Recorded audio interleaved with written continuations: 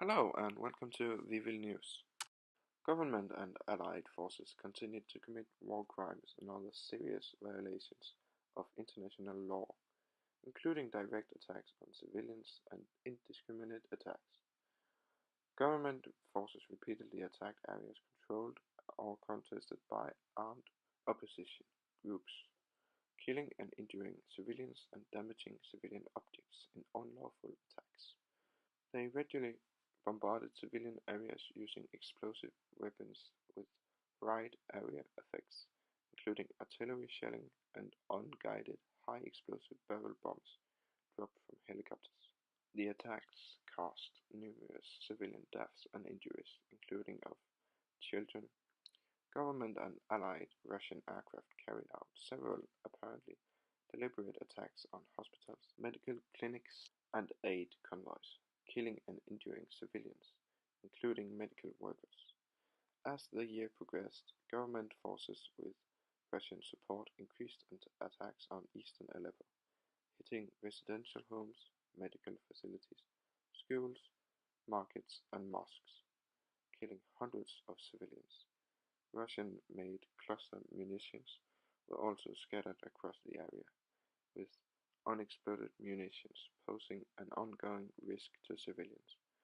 Two barrel bombs allegedly containing chlorine gas were dropped by suspected government aircraft on the 1st of August on two residential neighborhoods controlled by non-state armed groups in Sarakep city, Idlib province, reportedly injuring at least 28 civilians. On the 26th of October, suspected government or Russian aircraft bombed a school compound in Has Idlib, killing at least 35 civilians, including 22 children and 6 teachers. Sieges and denial of humanitarian access.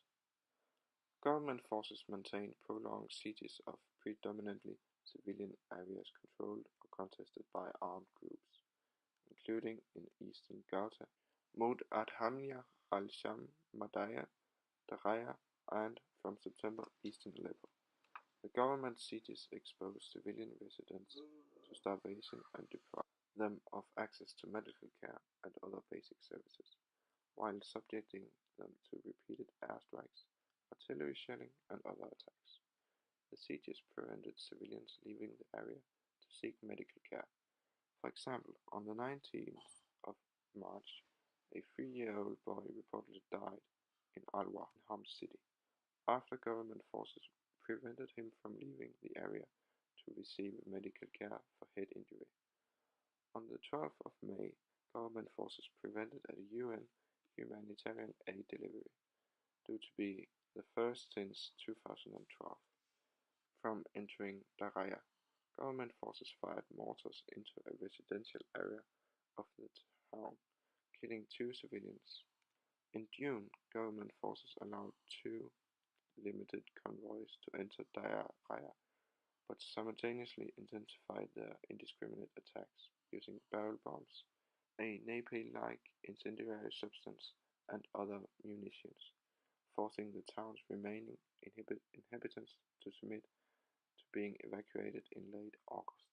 From July, government forces trapped 275,000 people in eastern Aleppo, subjecting them to intensified airstrikes, including bombing by Russian forces. Suspected government and Russian aircraft bombed a UN and Syrian Arab Red Crescent aid convoy destined for eastern Aleppo on the 19th September at Uran al-Kubra, killing at least 18 civilians, including aid workers, and destroying aid lorries.